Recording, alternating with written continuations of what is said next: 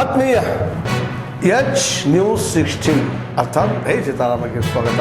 ನಾನು ನಿಮ್ಮ ಎಮ್ಮ ಮಲ್ಲಪ್ಪ ಯೋಧಾವ. ಆತ್ಮೀಯರೇ, ತಾವು ದಿನ ಸುದ್ದಿಗಳ ಸಲುವಾಗಿ ವೇಟ್ ಮಾಡ್ತಾ ಇದ್ದೀರಿ. ಬರ್ತಾ ಇದ್ದಾವ, ಏನೇನು ನಡೀತಾ ಇದೆ, ಏನೇನಿಲ್ಲ ಅನ್ನೋದು ನೀವು ನೋಡ್ರಿ. ಹೊಸ ಸುದ್ದಿಗಳು ಬರ್ತಾ ಇದ್ದಾವ, ಆ ಸುದ್ದಿಗಳನ್ನು ನೋಡಿ ನೀವು ಅಭಿಪ್ರಾಯ ತಿಳಿಸ್ತಾ ಇರಬೇಕು. ನೋಡಿ ಮುಂದಿನ ಸುದ್ದಿಗಳನ್ನು ನೋಡಿ. ಹೊಸ ವರ್ಷದಲ್ಲಾದರೆ ಸ್ವಲ್ಪ ಪಾಸಿಟಿವ್ ಆಗಿರಬೇಕು ಅಂತ ನಮ್ಗೆ ಯಾವಾಗಲೂ ಆಸೆ. ದುರ್ದೈವ ಏನಂದರೆ ವಾತಾವರಣ ಹಾಗೆ ಇವಾಗ ಕಾರಣ ನೆಗೆಟಿವಿಟಿ. ಬಟ್ ಇಲ್ಲಿಂದು ನಮ್ಮದು ಕರ್ತವ್ಯ ಇದೆ, ಮಾಡೋಕ್ಕಾಗಲ್ಲ. ಎಲ್ಲರಿಗೂ ಒಳ್ಳೆಯದಾಗಿ ಅಂತ ಹಾರೈಸ್ತಾ, ತಮ್ಗೆ ಗೊತ್ತಿರೋ ಹಾಗೆ ಕಳೆದ 4-5 ದಿನದಿಂದ ಬಿಜೆಪಿಯವರು ಭಾಳಷ್ಟು ಪ್ರಯತ್ನಗಳನ್ನು ನಡೆಸಿದ್ದಾರೆ.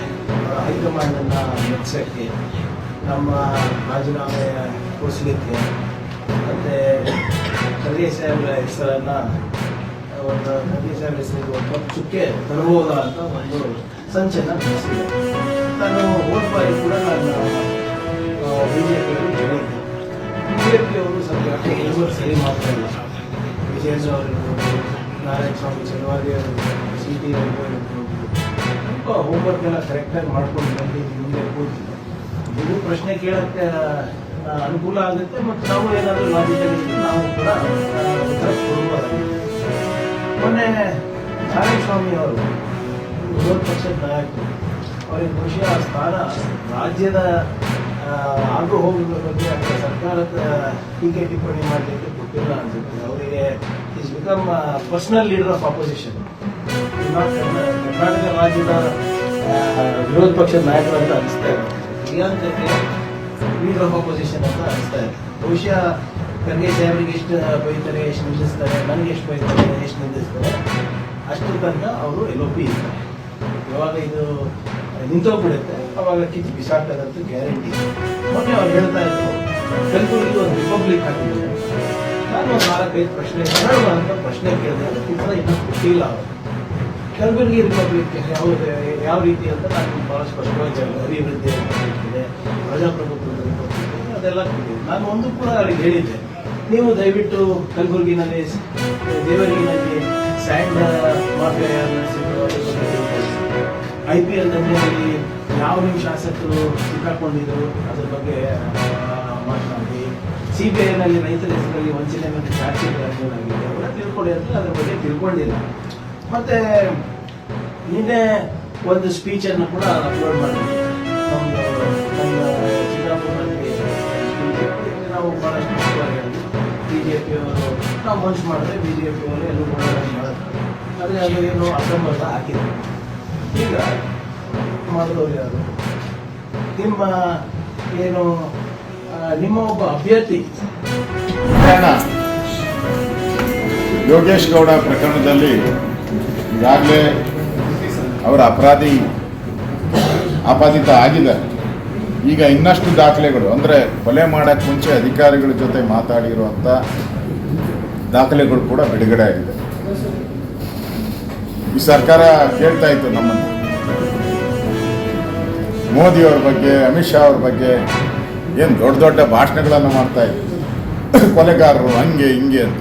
ಈಗ ಇವ್ರ MLAನೇ ಅಧಿಕಾರಿಗಳ ತಂಡ ಮಾಡಿಕೊಂಡು ಕೊಲೆ ಮಾಡಿ, ಅಧಿಕಾರಿಗಳ ತಂಡ ಮಾಡಿಕೊಂಡು ಪ್ರೀ ಪ್ಲಾನ್ಡ್ ಮರ್ಡರ್ ಅನ್ನೋದನ್ನು ಪ್ರೂವ್ ಆಗಿರುವಂಥದ್ದು ಇವತ್ತು ನೋಡ್ತಾ ಇದ್ವಿ. ಅದರಿಂದ ಈ ಕಾಂಗ್ರೆಸ್ ಸರ್ಕಾರಕ್ಕೆ ಏನಾದರೂ ಮಾನ ಮರ್ಯಾದೆ ಇದ್ದರೆ ಇಷ್ಟೆಲ್ಲ ಸಾವು ನೋವುಗಳು ಏನು ಒಂದರಿಂದ ಇದು ಮಂತ್ಲಿ ಫಿಕ್ಸ್ಡ್ ಸರ್ಕಾರ ಇದೆ, ಮಂತ್ಲಿ ಫಿಕ್ಸ್ ಸರ್ಕಾರ ಇದೆ. ಹಣನ ಮಂತ್ಲಿ ಫಿಕ್ಸ್ ಮಾಡಿದ್ದಾರೆ. ಒಂದಾದ್ಮೇಲೆ ಒಂದು ಆತ್ಮಹತ್ಯೆಗಳು, ಒಂದು ಸರಣಿ ಆತ್ಮಹತ್ಯೆಗಳು ಆಗ್ತಾ ಇದೆ ನೋಡಿ. ಸರಣಿ ಆತ್ಮಹತ್ಯೆಗಳನ್ನು ನಾವು ನೋಡ್ತಾ ಇದ್ದೀವಿ. ವಾಲ್ಮೀಕಿ ಹಗರಣದಲ್ಲಿ ಚಂದ್ರಶೇಖರ್ ಆಯಿತು, ಇವತ್ತು ದಾವಣಗೆರೆಯಲ್ಲಿ ಒಬ್ಬ ಗುತ್ತಿಗೆದಾರ PC ಗೌಂಡರ್ ಆತ್ಮಹತ್ಯೆ ಆಯಿತು. ಹಾಗೆ ಪೊಲೀಸ್ ಅಧಿಕಾರಿ ಪರಶುರಾಮ್ ಅವರು ಕೂಡ ಸಾವನ್ನಪ್ಪಿದರು. ಈಗ ಸಚಿನ್ ಅವರು ಕೂಡ ಈಗ ಆತ್ಮಹತ್ಯೆ ಮಾಡಿದ್ದಾರೆ. ಅಂದರೆ ಈ ಸರ್ಕಾರದಲ್ಲಿ ಇಲ್ಲ ಸಾಯಬೇಕು ಇಲ್ಲ ಆತ್ಮಹತ್ಯೆ ಮಾಡ್ಕೊಬೇಕು, ಆ ಪರಿಸ್ಥಿತಿಯಲ್ಲಿರುವಂಥ ಸರ್ಕಾರ ಇದು ಒಂದು ರೀತಿ ಕೊಲೆಗಡುಕರ ಸರ್ಕಾರ ಅಂತ ಮಾಡೋಕ್ಕಾಗದೇ ಇರೋಂಥ ಸಂದರ್ಭದಲ್ಲಿ ಈಗ ಎಲ್ಲ ಯುವ ಮುಖಂಡರೆಲ್ಲ ಸೇರಿ ಈ ಮಟ್ಟಕ್ಕೆ ತಂದು ಈ ಸೊಸೈಟಿಯನ್ನು ಓಪನ್ ಮಾಡಿದ್ದೀವಿ.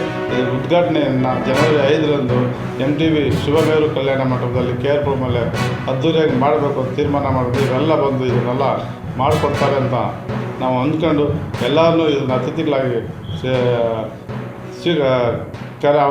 ಅವರ ಮನವಿಗೆ ಕರೆ ಕೊಟ್ಟು ಎಲ್ಲ ಕಾರ್ಯಕ್ರಮನ ಹಮ್ಮಿಕೊಂಡಿದ್ದೀವಿ.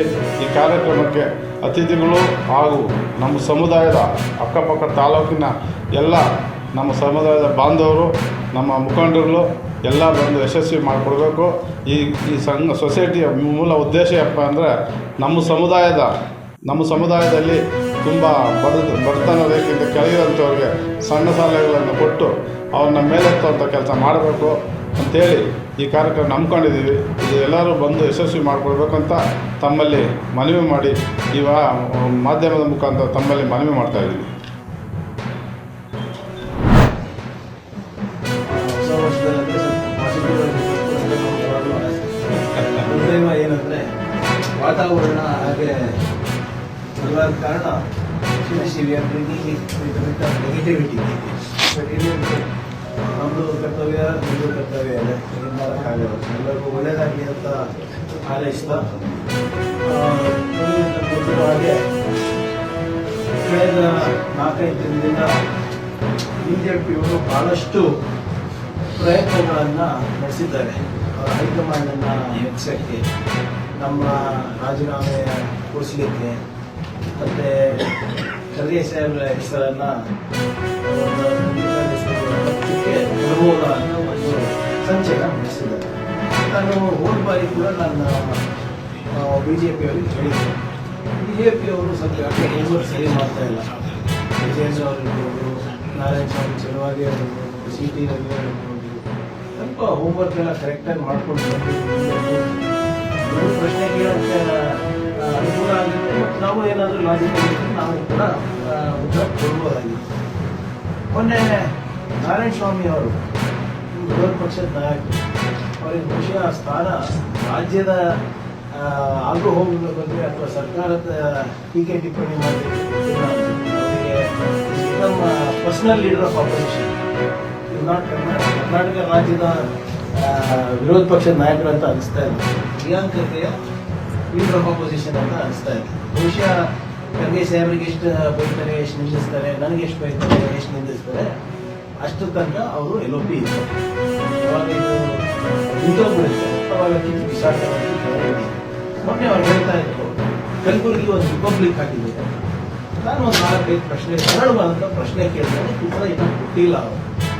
ಕಲಬುರಗಿ ರಿಪಬ್ಲಿಕ್ ಯಾವ ರೀತಿ ಅಂತ ನಾನು ಭಾಳ ಸ್ಪಷ್ಟವಾಗಿ ಹೇಳಿದೆ. ಅಭಿವೃದ್ಧಿ ರಿಪಬ್ಲಿಕ್ ಇದೆ, ಪ್ರಜಾಪ್ರಭುತ್ವದ ರಿಪಬ್ಲಿಕ್ ಇದೆ, ಅದೆಲ್ಲ ನಾನು ಒಂದು ಕೂಡ ಅವ್ರಿಗೆ ಹೇಳಿದ್ದೆ, ನೀವು ದಯವಿಟ್ಟು ಕಲಬುರಗಿನಲ್ಲಿ ಜೇವರ್ಗಿನಲ್ಲಿ ಸ್ಯಾಂಡ್ ಮಾಫಿಯಾ ಯಾರು ನಡೆಸಿದ್ರು ಅದ್ರ ಬಗ್ಗೆ ತಿಳ್ಕೊಳ್ಳಿ. IPL ದಂಧೆನಲ್ಲಿ ಯಾವ ಶಾಸಕರು ಸಿಕ್ಕಾಕೊಂಡಿದ್ರು ಅದ್ರ ಬಗ್ಗೆ ಮಾತನಾಡಿ. CBIನಲ್ಲಿ ರೈತರ ಹೆಸರಲ್ಲಿ ವಂಚನೆ ಮೇಲೆ ಸಾಕ್ಷಿಗೆ ಆಗಿದೆ, ಅವೆಲ್ಲ ತಿಳ್ಕೊಳ್ಳಿ ಅಂತ ಅದ್ರ ಬಗ್ಗೆ ತಿಳ್ಕೊಳ್ಳಿಲ್ಲ. ಮತ್ತೆ ನಿನ್ನೆ ಒಂದು ಸ್ಪೀಚನ್ನು ಕೂಡ ಅಪ್ಲೋಡ್ ಮಾಡಿದ್ವಿ. ನನ್ನ ಸಿದ್ದಾಪುರನಲ್ಲಿ ಒಂದು ಸ್ಪೀಚ್ ನಾವು ಭಾಳ ಸ್ಪಷ್ಟವಾಗಿ ಹೇಳಿದ್ವಿ, BJPಯವರು ನಾವು ಮನ್ಸು ಮಾಡಿದ್ರೆ BJPಯವರು ಎಲ್ಲ ಓಡಾಡೋದು ಮಾಡೋಕ್ಕಾಗಲ್ಲ. ಆದರೆ ಅದು ಏನು ಅಸಂಬದ್ಧ ಹಾಕಿದ್ರು. ಈಗ ಮಾಡಿದವರು ಯಾರು? ನಿಮ್ಮ ಒಬ್ಬ ಅಭ್ಯರ್ಥಿ. ಆತ್ಮೀಯರೇ, ತಾವೆಲ್ಲ ನೋಡ್ತಾ ಇದ್ದೀರಲ್ಲ, ನ್ಯೂಸನ್ನು ನೋಡಿದ್ರಿ, ತಮ್ಮ ಅಭಿಪ್ರಾಯ ತಿಳಿಸ್ತಾ ಇರಬೇಕು. ಜೊತೆಗೆ ತಪ್ಪಿದ್ದರೆ ತಿಳಿಸುವಂಥ ಕೆಲಸಗಳನ್ನು ಮಾಡಬೇಕು. ಒಳ್ಳೆಯದಿದ್ದರೆ ಸ್ವೀಕಾರ ಮಾಡಿ, ಕೆಟ್ಟದ್ದನ್ನು ಬಿಡಿ ಅಂತ ಹೇಳ್ತಾ, ಇದು S16 ನ್ಯೂಸ್, ಸತ್ಯದ ಕೈಗನ್ನಡಿ. ವಂದನೆಗಳು.